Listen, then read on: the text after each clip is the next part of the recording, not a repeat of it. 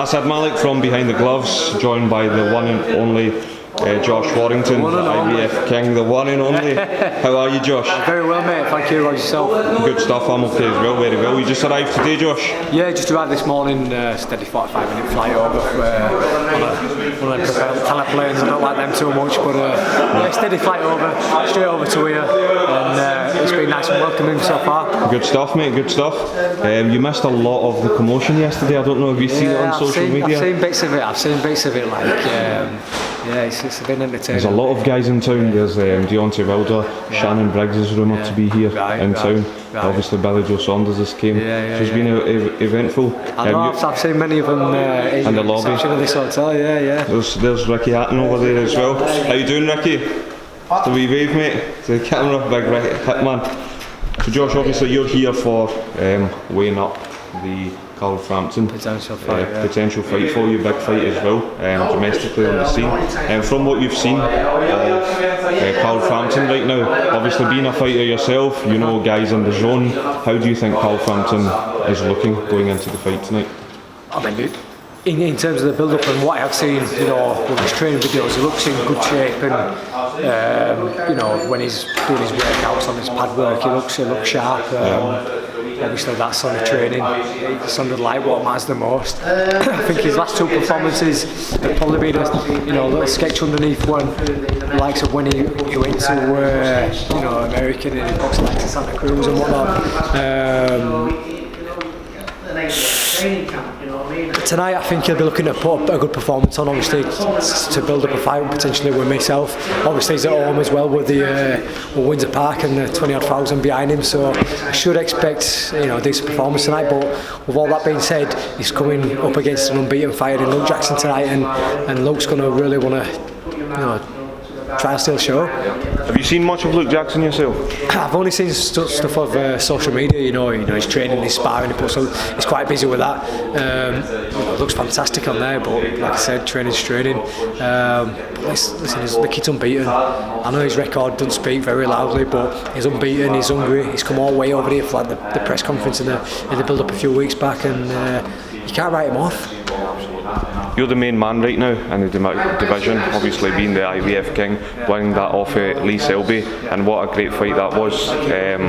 So in terms of, you said in the last couple of fights, Frampton didn't look at his best.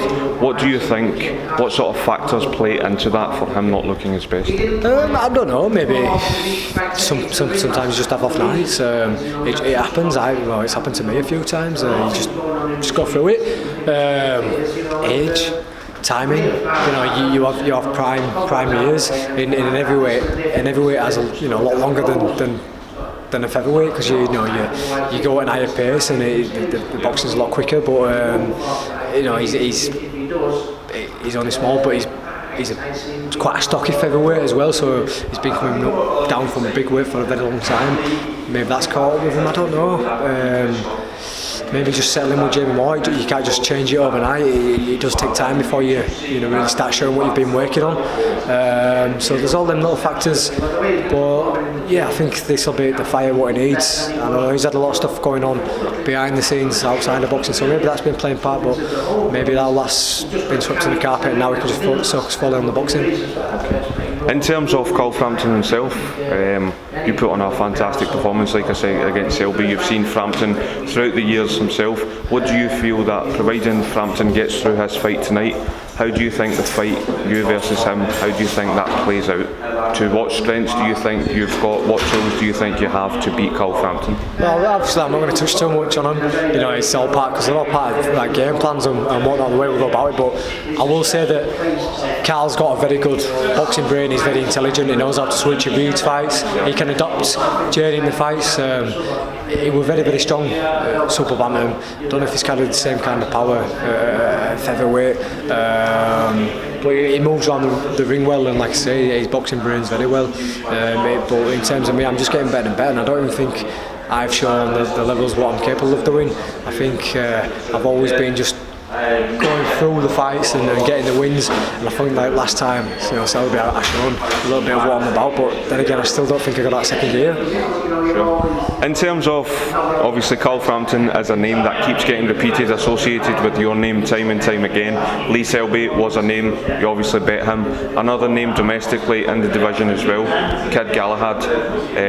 In terms of a fight with him in the future, is that something that you've thought about, and how do you see that fight going about if it did materialise? Yeah, well, we'll have to wait and see what happens. I think he's got a final eliminator coming up, so I think he's got to fight his fight and then go from there.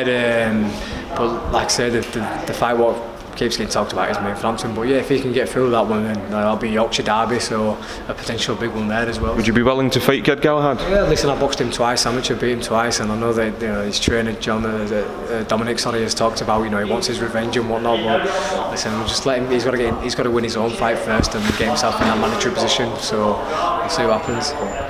Tyson Fury, moving on now, last question. Tyson Fury, providing he does a job tonight, Deontay Wilder's going to be ringside, and there's obviously big talks about the fight getting announced with Deontay Wilder. How do you see that in terms of timing for Tyson Fury just coming back? This is his second fight, and Deontay Wilder's been a lot more active.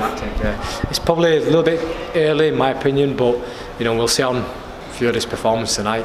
You know, you can't really take too much from his last performance. All right, he's been in gym, but it's all about what happened with the light and getting that ring rust off.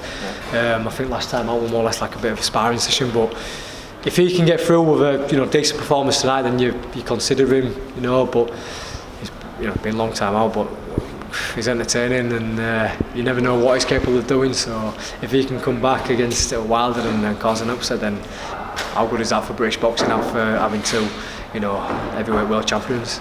Absolutely. Thank you very much for your time, Josh Warrington. ASAD MALIK from behind the gloves. Thank you, Josh. Hey fight fans, it's Michelle Joy Phelps. If you haven't already subscribed to our YouTube channel, make sure you do so by clicking this icon right here, or else.